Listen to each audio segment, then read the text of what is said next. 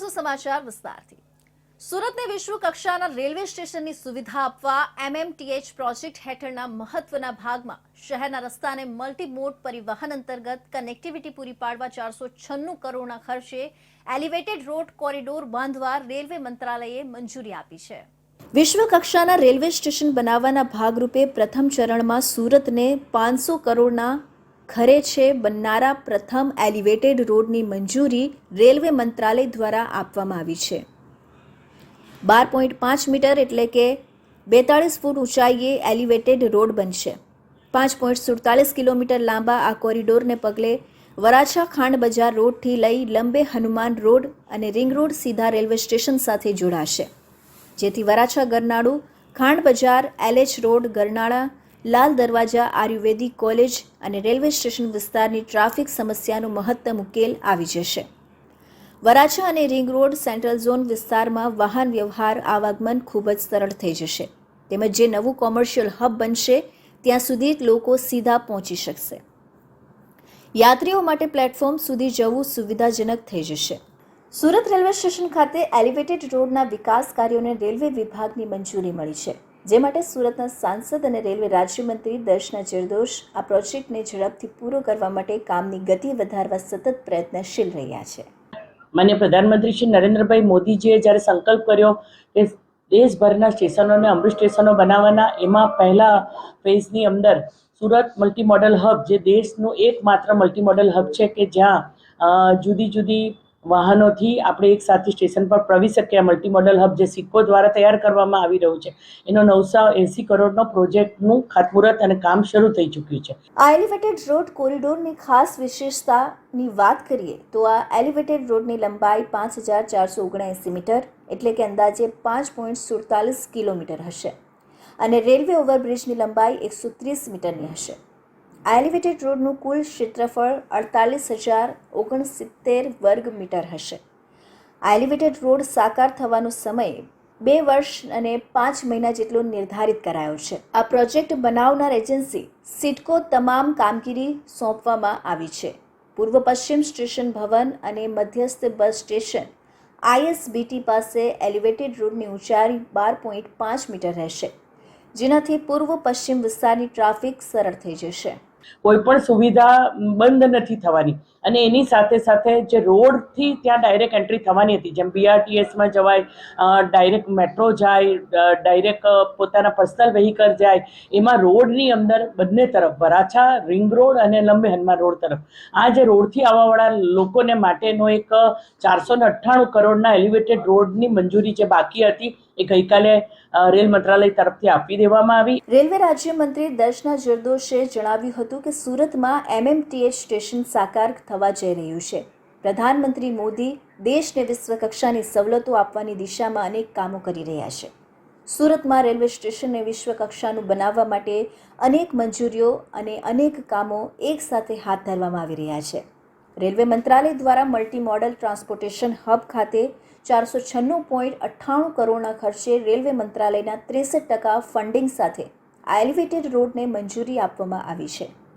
આ કોરિડોર બનવાના કારણે ટ્રાફિક ઘટવાની સાથે શહેરના પૂર્વ અને પશ્ચિમ વિભાગમાં આવાગમન ખૂબ જ સરળ થઈ જશે। જેની 500 વર્ષથી રાહ જોવામાં આવી રહી હતી એ રામ મંદિરની 22 જાન્યુઆરીએ તમામ ભારતવાસીઓની મનોકામના પૂર્ણ થશે અને ભગવાન શ્રી રામ લાલ ફરી તેમના સ્થાને બિરાજશે। તો આ ત્યોહાર સમગ્ર દેશની સાથે સાથે દુનિયામાં ઉજવાઈ રહ્યો છે અને આમાં ભાગ લેવા માટે દેશ દુનિયામાંથી લોકો અયોધ્યા તરફ પ્રયાણ કરી રહ્યા છે। ગુજરાતના સુરત શહેરની વાત કરીએ તો તે હીરા, સાડી કે અન્ય કોઈ ક્ષેત્રની હોય તો સુરત શહેર હંમેશા કંઈક અલગ કરવા માટે તત્પર રહે છે અને જ્યારે આખું વિશ્વ અયોધ્યામાં શ્રી રામની પ્રાણ પ્રતિષ્ઠા ઉત્સવની ઉજવણી કરવા આતુર છે, ત્યારે દરેક વ્યક્તિ આ પર્વની તૈયારીમાં વ્યસ્ત છે। સુરતના કેટલાક વેપારીઓએ અયોધ્યા મંદિરની તસવીરના આધારે સાડી તૈયાર કરી છે।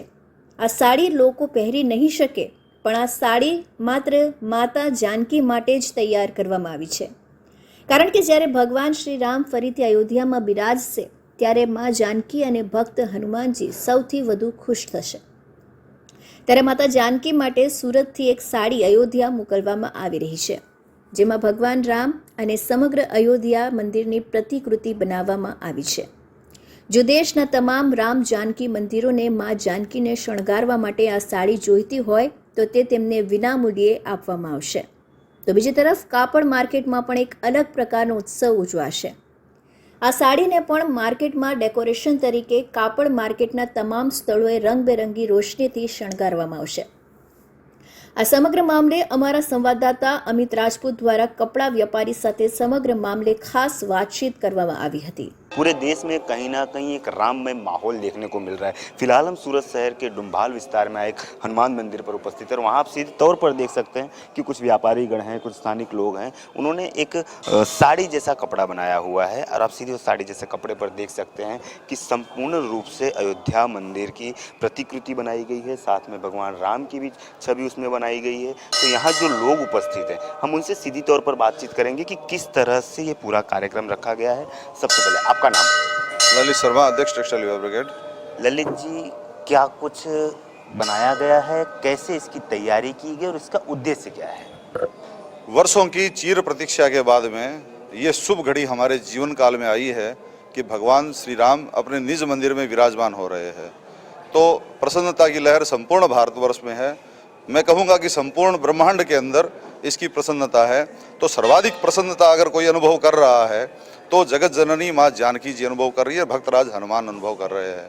उसी को ध्यान में रखते हुए उनकी प्रसन्नता में हम सम्मिलित हो रहे हैं. और ये साड़ी जिसमें राम मंदिर का उकेरा गया है और भगवान श्री राम की उसमें चित्र है. हमारे साथ जो व्यापारी हैं जिन्होंने इस साड़ी की प्रतिकृति बनाई है हम उनसे सीधी तौर पर बात करेंगे कि क्या कुछ खास है इस साड़ी में और इसके बनाने की वजह क्या है. आपका नाम? मेरा नाम राकेश जैन है, कपड़ा व्यापारी हूँ. और ये मेरे को मौका मिला तो मैंने तुरंत इस चीज़ को मैंने प्ले किया. और इसके बाद में जो खुशखबरी ये है कि 500 वर्ष का जो राम जी का वनवास चल रहा था या प्रतीक्षा चल रही थी वो दीपावली जैसा माहौल 22 जनवरी को होने वाला है. तो जितनी खुशी है इसका सौभाग्य मुझे मिला ये करने के लिए. तो मैं ये चाहता हूँ कि हिंदुस्तान के अंदर जितनी भी जानकी माता जी की जितनी भी मूर्तियाँ हैं उसमें ये साड़ी पहनाई जाए और जितना भी होगा मैं इसको संपूर्ण करूँगा. 500 साल की प्रतीक्षा के बाद आज भगवान रामलला पुनः अपने स्थान पर विराजमान हो रहे हैं. तो जिस तरह से आपने देखा कि कहीं ना कहीं सभी में खुशी का माहौल देखने को मिल रहा है. कैमरा पर्सन रविवेंडे के साथ में अमित राजपूत, इंडिया न्यूज, सूरत.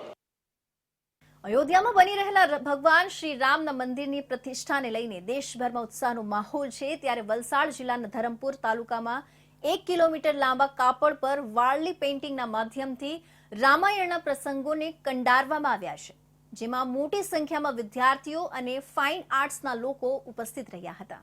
અયોધ્યામાં બની રહેલા ભગવાન શ્રી રામના ભવ્ય મંદિરના પ્રાણ પ્રતિષ્ઠા મહોત્સવને લઈ દેશભરમાં ઉત્સવનો માહોલ છે. ત્યારે રાજ્યના છેવાડે આવેલા વલસાડ જિલ્લાના અંતરિયાળ વિસ્તાર એવા ધરમપુર અને કપરાળા તાલુકા જેવા આદિવાસી વિસ્તારોમાં પણ ઉત્સાહનો માહોલ છે, જેને લઈને ધરમપુરમાં એક ઐતિહાસિક રેકોર્ડ થઈ રહ્યો છે, જેમાં 1 કિલોમીટર લાંબા કાપડ પર આદિવાસીઓની પરંપરાગત વાર્લી શૈલીમાં રામાયણના પ્રસંગોને કંડારવામાં આવી રહ્યા છે. આ વિસ્તારની 25 જેટલી શાળાઓ ફાઇન આર્ટ્સના વિદ્યાર્થીઓને સમગ્ર દક્ષિણ ગુજરાતના ચિત્રકારો સહિત 10,000થી વધુ લોકો આ પ્રસંગે ઉપસ્થિત રહી 1 કિલોમીટર લાંબા કાપડ પર રામાયણના પ્રસંગોને કંડારી રહ્યા છે. વાર્લી પેઇન્ટિંગ આદિવાસીઓની પરંપરાગત કળા છે. આથી આદિવાસી શૈલીમાં રામાયણના તમામ પ્રસંગોને કાપડ પર કંડારવામાં આવી રહ્યા છે. ત્યારબાદ આ રામાયણના ચિત્રો સાથેના કાપડને અયોધ્યા મોકલવામાં આવશે. 1 કિલોમીટરથી વધુ લાંબા કાપડ પર ચિત્રોને કંડારવા માટે તમામ વિદ્યાર્થીઓ પણ જોડાયા હતા. વિદ્યાર્થીઓ દ્વારા તમામ પ્રતિકૃતિઓને કાપડ પર કંડારવામાં આવી હતી. સાથે જ આ કાપડની અયોધ્યા મોકલવામાં આવશે, જેને લઈને આ સમગ્ર વિસ્તાર ગર્વ અનુભવી રહ્યો છે. વિદ્યાર્થીઓના જણાવ્યા મુજબ તેમની સંસ્કૃતિ અયોધ્યા રામ મંદિરમાં મૂકવામાં આવશે, જેને લઈને લોકો તેમની સંસ્કૃતિ નિહાળશે, જેનો તેમને પણ ગર્વ રહેશે. મોટી સંખ્યામાં લોકો ઉપસ્થિત રહીને પ્રસિદ્ધ રામાયણને 1 કિલોમીટર લાંબા કાપડ પર કંડારવામાં સફળતા મળી હતી. આ વારલી પેઇન્ટિંગ અમારી સ્કૂલમાં થઈ રહ્યો છે એ વાતનો અમને ખૂબ જ આનંદ છે. આ અમારી વારલી પેઇન્ટિંગ અયોધ્યા મંદિરે પહોંચાડવામાં આવ્યો છે એ વાતનો મને ખૂબ જ ગૌરવ છે. આ જે કાર્યક્રમ છે ને આપણે રામ ગૃહ નિર્માણ જે થઈ રહ્યું છે એના માટે અમે એક વિચાર્યું કે કંઈક અમારે કરવું જોઈએ, કારણ કે આ તો ભગવાનનું ઘર બની રહ્યું છે અને જ્યારે નવું ઘર બને તો આપણે સજાવટની કેટલી વસ્તુઓ લેતા હોઈએ. તો અમે વિચાર્યું કે ભગવાનને કંઈક એવી વસ્તુઓ આપીએ કે એમને યાદ રહે. તો અમે પહેલાં એવું વિચાર્યું કે બાળકો પાસે નાના ચિત્રો બનાવીને મોકલાવીએ. પછી એવું વિચાર્યું કે કદાચ દરેક ચિત્રને સ્થાન ન મળે તો, એટલે પછી અમે વિચાર્યું કે અમે 1 કિલોમીટર લાંબુ એક કાપડ લઈએ જેના પર બાળકો પાસે એમની જે ઇમેજિનેશન છે દરેક પ્રસંગને લઈને એ દોરાવડાવીએ અને મંદિરને ભેટ આપીએ. 22 જાન્યુઆરીએ અમારું રામ મંદિર 495 વર્ષની લડત પછી અમને મળે છે, જેમાં અમારા રામલલ્લા બિરાજમાન થાય છે. એ ખુશીમાં અમે નક્કી કર્યું કે કંઈક ત્યાં જઈને તો સેવા આપવાના નથી, તો કંઈક સેવા અહીંયાથી મોકલીએ. तो वनवासियों के साथ में वनवासी राम का संबंध कैसा होना चाहिए कल्पना कर लो. फिर उसमें चाहे वारली हो, चाहे कुकड़ा हो, चाहे दोड़िया हो, मेरे सभी आदिवासी ये सब के सब भगवान राम के साथ जुड़े हुए हैं और उनकी जो पेंटिंग है उसके अंदर जो चरित्र चित्रण कर रहे हैं वो भी एक अद्भुत है. વિશ્વ હિન્દુ પરિષદના પદાધિકારીઓ તથા મહંતો પણ સ્કૂલમાં ઉપસ્થિત રહ્યા હતા. સાથે જ સોની ફાઉન્ડેશન દ્વારા આ સમગ્ર કાર્યક્રમનું સંચાલન કરવામાં આવ્યું હતું, જે પણ ખરેખર આકર્ષણનું કેન્દ્ર બન્યું હતું. તો હવે અયોધ્યા નગરી ખાતે આગામી તારીખ 22 જાન્યુઆરીએ યોજાનાર ભગવાન શ્રી રામ મંદિરના ભવ્ય પ્રાણ પ્રતિષ્ઠા મહોત્સવને લઈને દેશવાસીઓમાં અનેરો ઉત્સાહ જોવા મળી રહ્યો છે. યોજાનાર પ્રાણ પ્રતિષ્ઠા મહોત્સવ અંગે કાર્યકરો સાથે ચર્ચા વિચારણા કરવા આંતરરાષ્ટ્રીય હિન્દુ પરિષદના અધ્યક્ષ ડોક્ટર પ્રવીણ તોગડિયાએ ભરૂચની મુલાકાત લીધી હતી. અયોધ્યા નગરી ખાતે આગામી તારીખ 22 જાન્યુઆરીએ યોજાનાર ભગવાન શ્રી રામ મંદિરના ભવ્ય પ્રાણ પ્રતિષ્ઠા મહોત્સવને લઈને દેશવાસીઓમાં અનેરો ઉત્સાહ જોવા મળી રહ્યો છે. ત્યારે પ્રાણ પ્રતિષ્ઠા મહોત્સવને અનુરૂપ રૂપરેખા અંગે વિસ્તૃત ચર્ચા વિચારણા કરવા આંતરરાષ્ટ્રીય હિન્દુ પરિષદના અધ્યક્ષ ડોક્ટર પ્રવીણ તોગડિયા રાજ્યભરની મુલાકાતે નીકળ્યા છે. ડોક્ટર પ્રવીણ તોગડિયા ભરૂચની જાડેશ્વર ચોકડી ખાતે આવી પહોંચતા આંતરરાષ્ટ્રીય હિન્દુ પરિષદ અને બજરંગ દળના આગેવાનો અને કાર્યકરોએ તેમનું ભવ્ય સ્વાગત કર્યું હતું. આ પ્રસંગે ડોક્ટર પ્રવીણ તોગડિયાએ જણાવ્યું હતું કે આ વાતનો સદૈવ ગર્વ રહેશે કે આંદોલન માટે 1984 થી 2018 સુધી દરેક મોરચા પર જ્યારે પણ આહ્વાન કરવામાં આવ્યું ત્યારે લોકો ભાગીદાર બન્યા છે અને આંદોલન ચલાવવા પાછળ અમારો ઉદ્દેશ્ય હતો કે ભગવાન રામને તેમની જન્મભૂમિ પર બિરાજમાન કરવામાં આવે. તે સંકલ્પ પૂર્ણ થતો જોઈ મને અને સમગ્ર દેશવાસીઓને ખુશી થઈ રહી છે. આંતરરાષ્ટ્રીય હિન્દુ પરિષદ અને બજરંગ દળ દ્વારા 8 કરોડ દીવડાઓ પ્રગટાવી અને કાર સેવકોને સન્માનપત્ર, 450 જગ્યાએથી રેલી, પદયાત્રા સહિતના કાર્યક્રમો યોજી વિજય ઉત્સવ મનાવવામાં આવશે. ત્યારે હવે સનાતન ધર્મીઓની આસ્થાના કેન્દ્ર એવા ભગવાન શ્રી રામના ભવ્ય મંદિરના પ્રાણ પ્રતિષ્ઠા મહોત્સવના પલની લોકો આતુરતાથી રાહ જોઈ રહ્યા છે. 450 વર્ષોના સંઘર્ષ પછી અયોધ્યામાં 22 જાન્યુઆરીથી ભવ્ય રામ મંદિર શરૂ થઈ રહ્યું છે. આંતરરાષ્ટ્રીય હિન્દુ પરિષદ, રાષ્ટ્રીય બજરંગ દળ દેશભરમાં વિજય ઉત્સવ મનાવશે. 450 વર્ષોનો સંઘર્ષ થયો એટલે 450થી વધારે જિલ્લામાં 1 લાખથી વધારે ગામોમાં અને 8 કરોડ હિન્દુઓએ ₹1.25 આપ્યા હતા. આ 8 કરોડ હિન્દુઓના ₹1.25થી ખરીદેલા પથ્થરોથી મંદિર બની રહ્યું છે. આ પ્રસંગે આંતરરાષ્ટ્રીય હિન્દુ પરિષદના ભરૂચ જિલ્લા પ્રમુખ જશવંત ગોહિલ સહિત મોટી સંખ્યામાં આગેવાનો અને કાર્યકરો ઉપસ્થિત રહ્યા હતા. તો બીજી તરફ કોઈ અનિચ્છનીય બનાવ ન બને તે માટે જાડેશ્વર ચોકડી ખાતે ડીવાયએસપી સહિત પોલીસ કાફલાનો ચુસ્ત બંદોબસ્ત જોવા મળ્યો હતો. આજીવન કેદની સજા પામેલા 17 પાકા કામના કેદીઓને લાજપોર જેલમાંથી જેલ મુક્ત કરવામાં આવ્યા છે.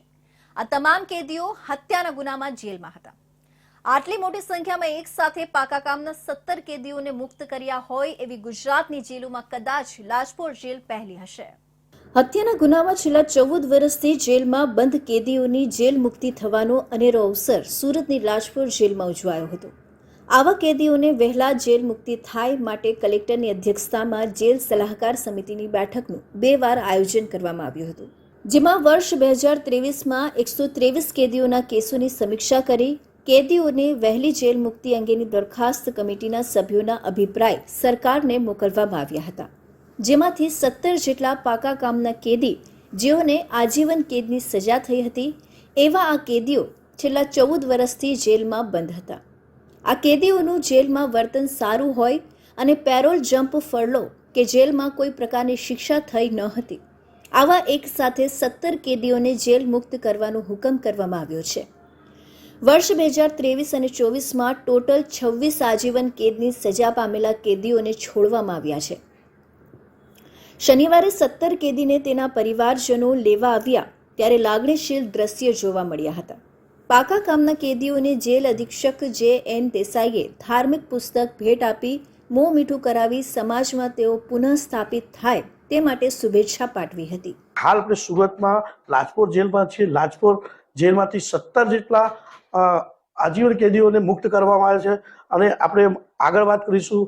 જેલ અધિક્ષક આપણી સાથે છે. જી સાહેબ, શું ઘટના છે અને આ જે જેલ મુક્તિ કરવામાં આવી છે વહેલી તકે તેની પ્રોસેસ શું છે?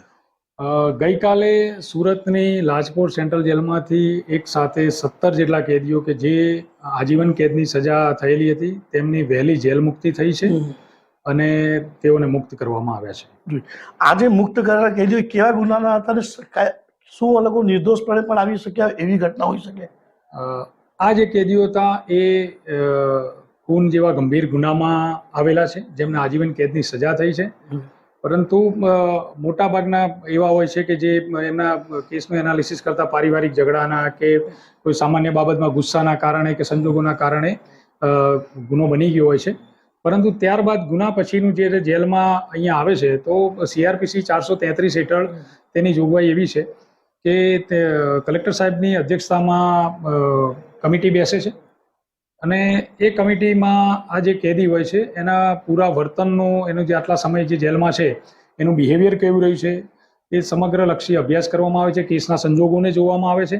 એ પેરોલ ફરલો ઉપર જ્યારે બહાર જાય છે ત્યારે એ રજા ઉપરથી સમયસર જઈ સમયસર પાછો આવે છે, આ વસ્તુ જોવામાં આવે છે.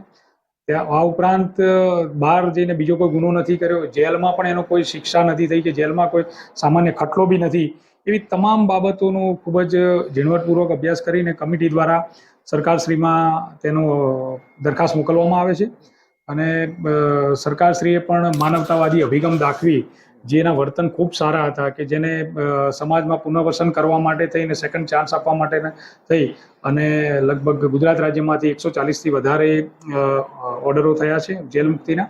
ગુજરાત સરકારનો આ નિર્ણય પછી આખા ગુજરાત રાજ્યમાં 140 જે બંદીવાનો છે જે મોટા મોટા ગુનાથી સંકળાયેલા તેવાની જેલ સજા માફ કરીને એને વહેલી મુક્તિ કરવામાં આવી છે.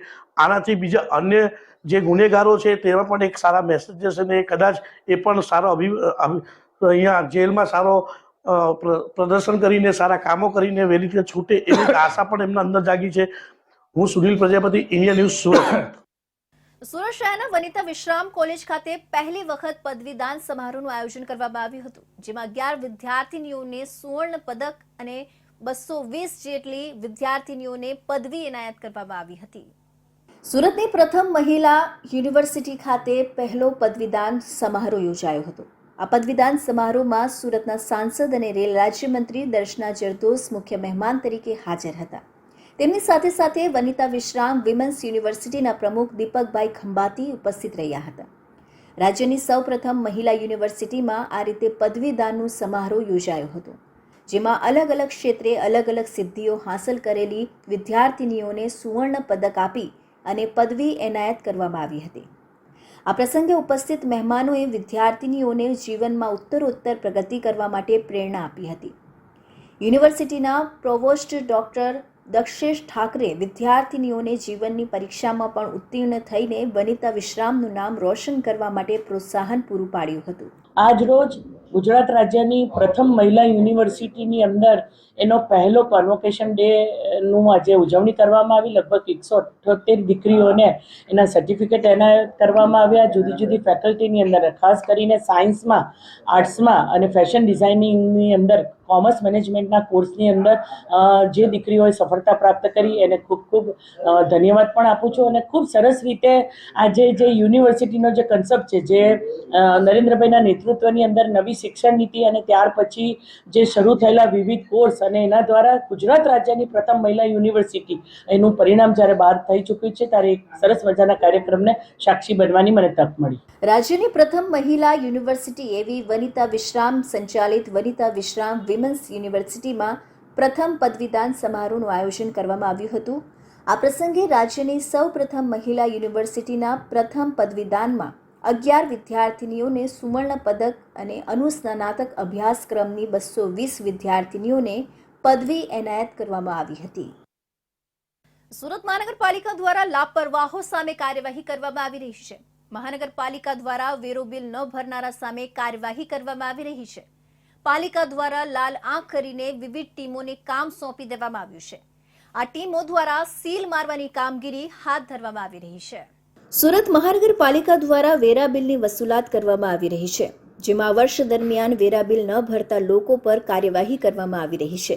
પાલિકાના અધિકારીઓ દ્વારા મિલકતો સીલ મારવામાં આવી રહી છે, જેથી વર્ષ દરમિયાન વરાછા ઝોન દ્વારા 1,82,00,000ની રિકવરી કરવામાં આવી છે, જ્યારે અન્ય ઝોનમાં પણ કામગીરી હાથ ધરવામાં આવી છે. હજુ પણ પાલિકા દ્વારા રિકવરી કરવામાં આવી રહી છે, જેમાં વેરા ન ભરનારા સામે તવાઈ આવી રહી છે, જેથી પાલિકાના અધિકારીઓ દ્વારા વેરા ન ભરનાર સામે કોઈ જ છૂટછાટ ન રાખીને સીધા સીલ કરવામાં આવી રહ્યા છે, જેથી છેલ્લા થોડા દિવસોમાં વેરાની આવક પાલિકાને થાય તેવી આશા વ્યક્ત કરવામાં આવી રહી છે.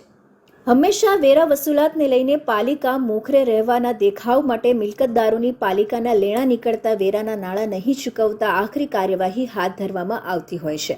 ત્યારે આ વખતે જાન્યુઆરીના આરંભે જ પાલિકા દ્વારા મિલકત વેરો નહીં ભરનાર સામે લાલ આંખ કરવાનું શરૂ કરી દીધું છે અને તમામ ઝોન ઓફિસમાં સૂચનાઓ આપી દેવાઈ છે, જેના ભાગરૂપે કાર્યવાહી કરવામાં આવી રહી છે.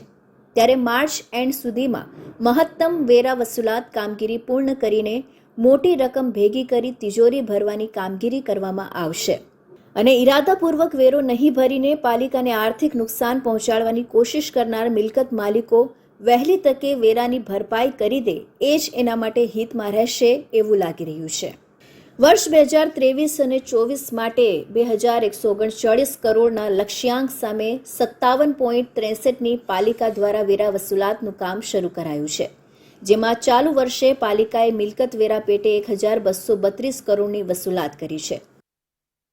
સુરત પોલીસ ફરી એકવાર નાગરિકો માટે પ્રાણ રક્ષક બની.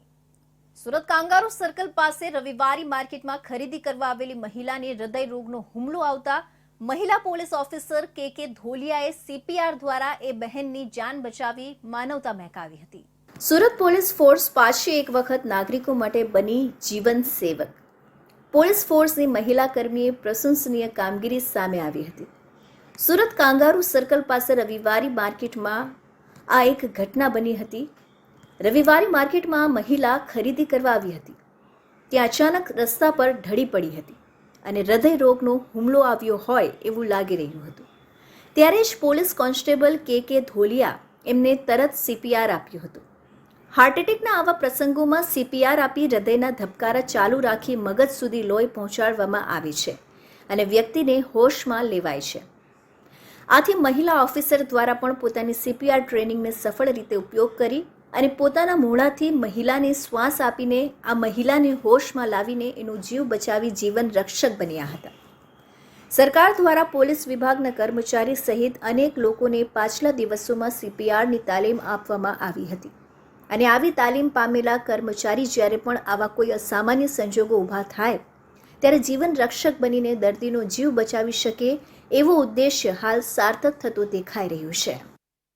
સુરતમાં નશાના વેપલા પર પોલીસ દ્વારા નો ડ્રગ્સ ઇન સુરત અભિયાન ચલાવવામાં આવી રહ્યું છે. ત્યારે છાસવારે પોલીસ દ્વારા બાજ નજર રાખીને આ પ્રકારનો વેપલો ચલાવનારાને ઝડપી લેવામાં આવ્યો છે. ત્યારે સારોલી પોલીસે ચેકપોસ્ટ પરથી બાતમીના આધારે 8 કિલો ચરસ ઝડપી લેવામાં આવ્યું છે. ડ્રગ્સના ટ્રાન્સપોર્ટેશનમાં નેપાળ કનેક્શનનો ખુલાસો સુરત પોલીસે કર્યો છે. સારોલી પોલીસ મથક હદ વિસ્તારમાંથી ચરસ ઝડપી લેવામાં આવ્યું છે.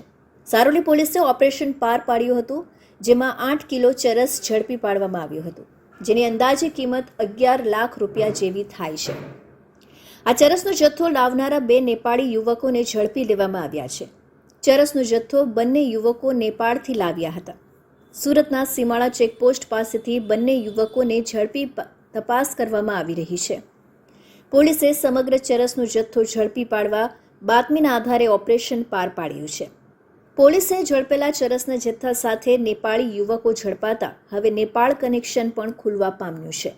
અને આ લોકો પહેલા કેટલી વખત આ રીતે ગેરકાનૂની ચરસનો જથ્થો લઈને સુરત આવ્યા હતા અને કોના કહેવાથી આ જથ્થો લાવ્યા હતા, સાથે જ મોકલનાર સહિતની માહિતી હાલ સુરત પોલીસ તપાસી રહી છે.